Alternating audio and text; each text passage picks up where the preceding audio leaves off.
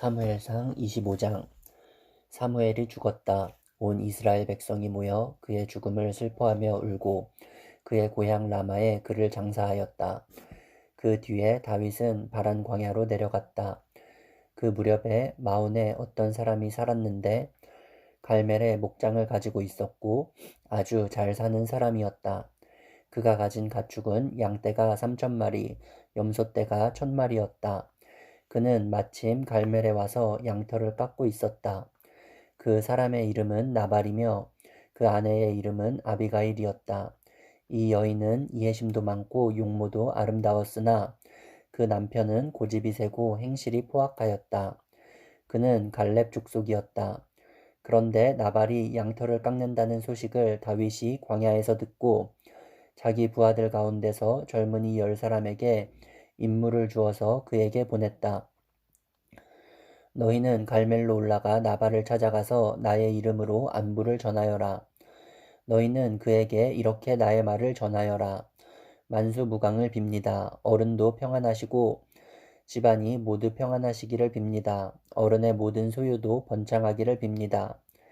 지금 일꾼들을 데리고 양털을 깎고 계시다는 소식을 들었습니다.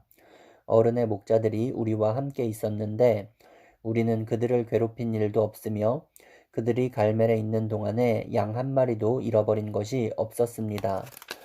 일꾼들에게 물어보시면 그들이 사실대로 대답할 것입니다.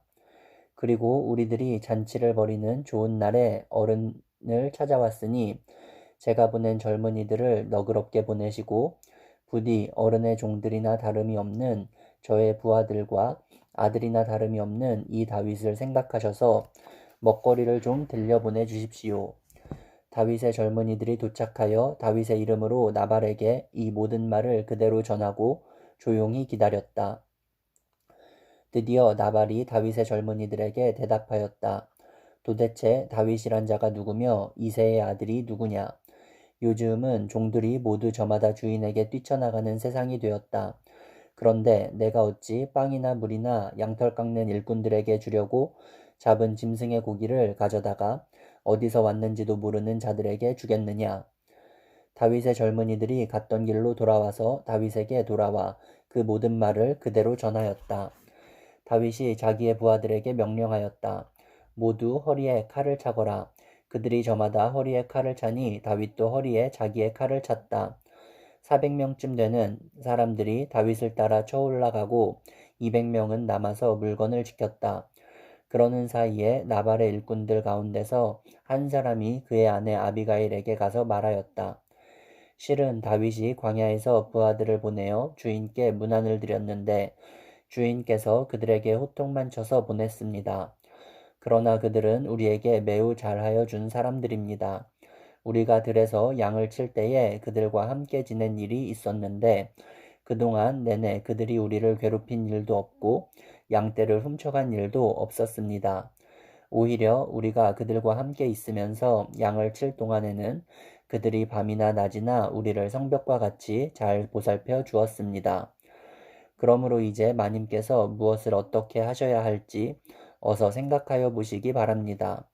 다윗의 부하가 틀림없이 주인 어른께 안갚음을 할 텐데 주인 어른의 성격이 불같으시니 말도 붙일 수 없습니다. 아비가일이 서둘러 빵 200덩이와 포도주 2가죽부대와 이미 요리하여 놓은 양 5마리와 볶은 곡식 5세아와 건포도 뭉치 100개와 무화과 뭉치 200개를 가져다가 모두 나귀 6마리에 싣고 자기의 일꾼들에게 말하였다. 나는 뒤따라 갈 터이니 너희가 앞장서라. 아비가 일은 이 일을 자기의 남편 나발에게는 전혀 알리지 않았다. 벌써 다윗이 부하들을 거느리고 그 여인의 맞은편에서 내려오고 있었으므로 나귀를 타고 산고비를 돌아 내려가는 아비가일이 그들과 마주쳤다. 다윗은 단단히 벼르고 있었다. 내가 저 광야에서 그에게 속한 것은 무엇이든지 지켜주어 그의 모든 재산 가운데서 아무것도 잃어버리지 않도록 하였으나 그것이 모두 헛일이었다. 그는 나에게 선을 악으로 갚았다. 내가 내일 아침까지 그에게 속한 모든 사람들 가운데서 남자들을 하나라도 남겨둔다면 나 다윗은 하나님께 무슨 벌이라도 받겠다. 아비가일이 다윗을 보고 급히 나귀에서 내려서 다윗 앞에 엎드려 얼굴을 땅에 대고 절을 하였다. 그런 다음에 아비가일이 다윗의 발 앞에 엎드려 애원하였다. 죄는 바로 나에게 있습니다. 이 종이 말씀드리는 것을 허락해 주시고 이 종의 말에 귀를 기울여 주십시오. 장군께서는 나의 몹쓸 남편 나발에게 조금도 마음을 쓰지 마시기 바랍니다. 그 사람은 정말 이름 그대로 못된 사람입니다. 이름도 나발인데다 하는 일도 어리석습니다. 그런데다가 장군께서 보내신 젊은이들이 왔을 때에는 내가 거기에 있지 않아서 그들을 만나지도 못하였습니다. 장군께서 사람을 죽이시거나 몸소 원수를 갚지 못하도록 막아주신 분은 주님이십니다. 주님도 살아계시고 장군께서도 살아계십니다. 장군님의 원수들과 장군께 해를 끼치려고 하는 자들이 모두 나발과 같이 되기를 바랍니다. 여기에 가져온 이 선물은 장군님을 따르는 젊은이들에게 나누어 주시라고 내가 가져온 것입니다. 이 종의 허물을 용서해 주시기 바랍니다. 장군께서는 언제나 주님의 전쟁만을 하셨으니 주님께서 틀림없이 장군님의 집안을 영구히 세워주시고 장군께서 사시는 동안 평생토록 아무런 재난도 일어나지 않도록 도와주실 것입니다. 그러므로 어느 누가 일어나서 장군님을 죽이려고 쫓아다니는 일이 있더라도 장군님의 생명은 장군께서 섬기시는 주 하나님이 생명 보자기에 싸서 보존하실 것이지만 장군님을 거역하는 원수들의 생명은 주님께서 돌팔매로 던지듯이 팽개쳐 버리실 것입니다. 이제 곧 주님께서 장군께 약속하신 대로 온갖 좋은 일을 모두 베푸셔서 장군님을 이스라엘의 영도자로 세워주실 터인데 지금 공연히 사람을 죽이신다든지 몸소 원수를 갚으신다든지 하여 왕이 되실 때에 후회하시거나 마음에 걸리는 일이 없도록 하시기 바랍니다. 주님께서 그처럼 좋은 일을 장군께 베풀어 주시는 날 이 종을 기억해 주시기 바랍니다. 다윗이 아비가일에게 말하였다. 주 이스라엘의 하나님이 오늘 그대를 보내어 이렇게 만나게 하여 주셨으니 주님께 찬양을 드리오. 내가 오늘 사람을 죽이거나 나의 손으로 직접 원수를 갚지 않도록 그대가 나를 지켜주었으니 슬기롭게 권면하여 준 그대에게도 감사하오. 하나님이 그대에게 복을 베풀어 주시기를 바라오.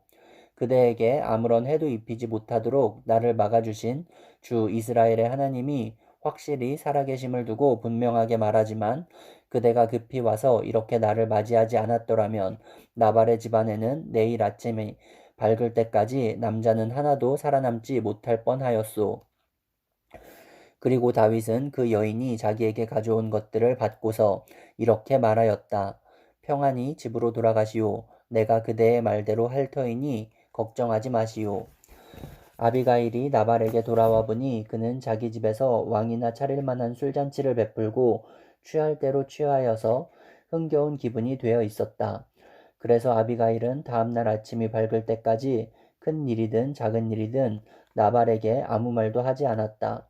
아침이 되어 나발이 술에서 깨었을 때에 그의 아내는 그동안에 있었던 일을 모두 그에게 말하였다. 그러자 그는 갑자기 심장이 멎고 몸이 돌처럼 굳어졌다. 열흘쯤 지났을 때에 주님께서 나발을 치시니 그가 죽었다. 나발이 죽었다는 소문을 듣고 다윗이 말하였다. 주님을 찬양하여라. 나발이 나를 모욕하였으나 주님께서 그 원수를 갚아주시고 이 종이 직접 무슨 악을 행하지 않게 막아주셨다. 주님께서는 나발이 저지른 죄악을 나발의 머리로 돌려보내 주셨다. 다윗은 아비가일을 자기의 아내로 삼으려고 그 여인에게 사람을 보내어 그 뜻을 전하였다. 다윗의 종들이 갈멜로 아비가일을 찾아가서 그 뜻을 전하였다. 다윗 어른께서 댁을 모셔다가 아내로 삼으려고 우리를 보내셨습니다. 아비가일이 일어나 얼굴이 땅에 닿도록 절을 한 다음에 말하였다. 이 몸은 기꺼이 그분의 종이 되어 그를 섬기는 종들의 발을 씻겠습니다. 아비가일이 일어나서 서둘러 나귀를 타고 길을 떠나니 그 뒤로 그 여인의 몸종 5이 따라 나섰다. 아비가일은 이렇게 다윗의 시종들을 따라가서 그의 아내가 되었다. 다윗은 이미 이스라엘 여인 아히노암을 아내로 맞이하였기 때문에 이제는 두 사람이 다 그의 아내가 되었다. 본래 다윗의 아내는 사울의 딸 미갈이었으나 사울이 이미 다윗의 아내를 갈림 사람 라이스의 아들 발디에게 주었다. 26장 십광야의 주민이 기브아로 사울을 찾아와서 밀고 하였다. 다윗은 여시문 맞은쪽 하길라 산 속에 숨어 있는 것이 확실합니다. 그래서 사울이 일어나 이스라엘에서 3,000명을 골라 거느리고 십광야에 있는 다윗을 찾으러 직접 십광야로 내려갔다. 사울은 여시문 맞은쪽 하길라 산 속으로 들어가 길가에 진을 쳤다. 이때에 다윗은 바로 그 광야에 있었기 때문에 사울이 자기를 잡으려고 그 광야로 쫓아온 것을 알게 되었다. 다윗은 곧 정찰대원들을 파견하여 사울이 와 있는 장소가 어디인가를 확인하게 한 다음에 사울이 진을 친 곳으로 가보았다. 다윗이 그곳에 와보니 사울과 넬의 아들 아브넬 군사령관이 자고 있었는데 사울은 진의 한가운데서 자고 그의 둘레에는 군인들이 사방으로 진을 치고 있었다. 그래서 다윗이 햇사람 아히멜렉과 수르야의 아들 요압의 아우인 아비새에게 누가 자기와 함께 사울의 진으로 내려가겠느냐고 물으니 아비새가 나서서 자기가 다윗과 함께 내려가겠다고 대답하였다. 이리하여 다윗이 아비새를 데리고 밤에 군인들이 있는 곳으로 가보니 사울이 진의 한가운데 누워 자고 그의 머리맡에는 그의 창이 땅바닥에 꽂혀 있고 아브넬과 군인들은 그의 둘레에 사방으로 누워 있었다. 아비새가 다윗에게 자청하였다. 하나님이 오늘 이 원수를 장군님의 손에 넘겨주셨습니다. 제가 그를 당장 창으로 찔러 땅바닥에 박아놓겠습니다. 2번 찌를 것도 없이 1번이면 됩니다. 그러나 다윗은 아비새에게 타일렀다. 그를 죽여서는 안 된다. 그 어느 누구든지 주님께서 기름 부어 세우신 자를 죽였다가는 벌을 면하지 못한다. 다윗이 말을 계속하였다. 주님께서 확실히 살아계심을 두고 말하지만 주님께서 사울을 치시든지 죽을 날이 되어서 죽든지 또는 전쟁에 나갔다가 죽든지 할 것이다. 주님께서 기름 부어 세우신 이를 내가 쳐서 죽이는 일은 주님께서 금하시는 일이다. 그러므로 이제 우리는 그의 머리맡에 있는 창과 물병만 가지고 가자. 다윗이 사울의 머리맡에 있던 창과 물병을 들고 아비새와 함께 빠져나왔으나 보는 사람도 없고 눈치채는 사람도 없고 깨는 사람도 없었다. 주님께서 그들을 깊이 잠들게 하셔서 그들이 모두 곤하게 잠들어 있었기 때문이다. 다윗이 맞은편으로 건너가 멀리 산꼭대기에 섰다. 다윗과 사울 사이의 거리가 꽤 멀어졌다. 여기서 다윗이 사울의 부하들과 넬의 아들 아브넬에게 소리쳤다. 아브넬은 대답을 하여라. 아브넬이 대답하였다. 네가 누구이기에 감히 소리를 쳐서 임금님을 깨우느냐. 다윗이 아브넬에게 호통을 쳤다. 너는 산의 대장부가 아니냐. 이스라엘 천지에서 너만한 대장부가 어디에 또 있느냐.